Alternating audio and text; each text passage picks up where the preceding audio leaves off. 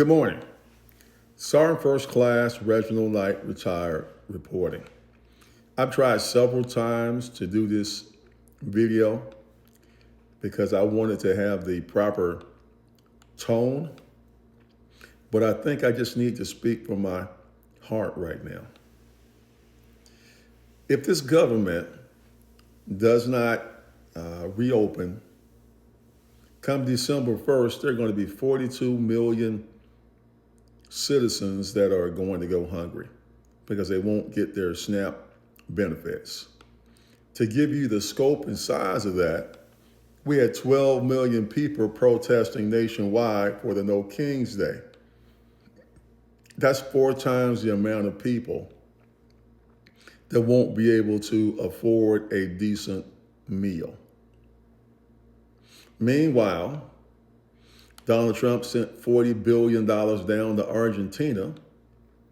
So if things get hot here, he could just scoop down to Argentina and still pull the puppet strings while Americans fight it out over a scrap of bread, a little bit of fish, and some meat. You get my drift. I cannot stress enough how important it is for you to first prepare. I'm showing you in these videos that you do not need a lot of money. You just need a few basic items in your pantry in order for your families to continue to eat well. I'm going to continue to do that because what I learned during the pandemic is that when things are in short supply, you have to think out of the box and you do what you can. And my family, they never missed a meal. And if you saw those boys right now, you would see that they never missed a meal. But all seriousness, it's very important that you stock up on canned goods, flour, rice, beans, canned milk, all those things that you will need if you have to stay home to prepare a meal, you can. Because 42 million people going without proper sustenance is dangerous. I'll give you the case of Yugoslavia before it broke apart. Yugoslavia was an independent communist state, but it got some support from the Soviet Union. Once the Soviet Union started having issues, it stopped receiving support from them. Food riots broke out in provinces, and the Yugoslavian army would send battalions in there to put down regular people who just needed some bread to survive.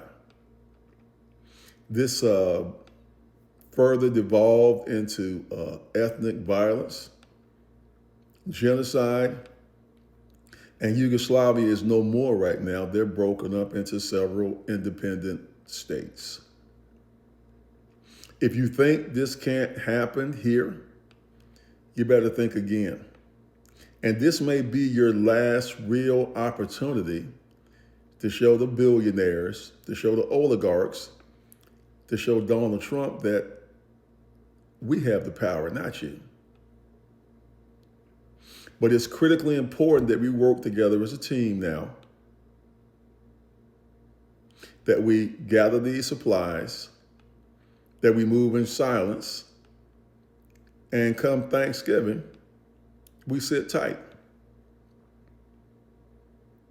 Because I guarantee you, after Cyber Monday, when the bean counters start looking at the pathetic numbers of people buying stuff, because it's unrealistic to think that everyone's going to participate.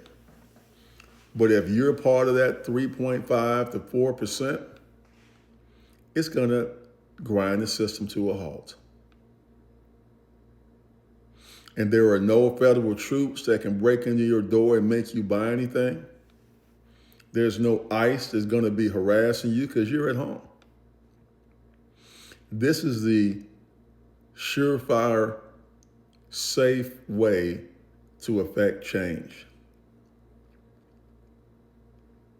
And by doing that, you'll be helping families that you will never meet and will never know, but they're Americans.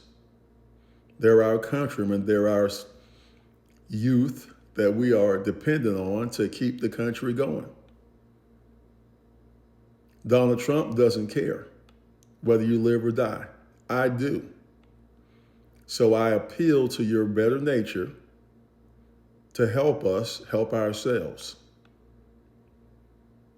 So the final question, are you in or are you out? Because if there aren't enough people to opt in, we're all going to be out. Sergeant First Class Reginald Knight, retired, reporting. Have a good day.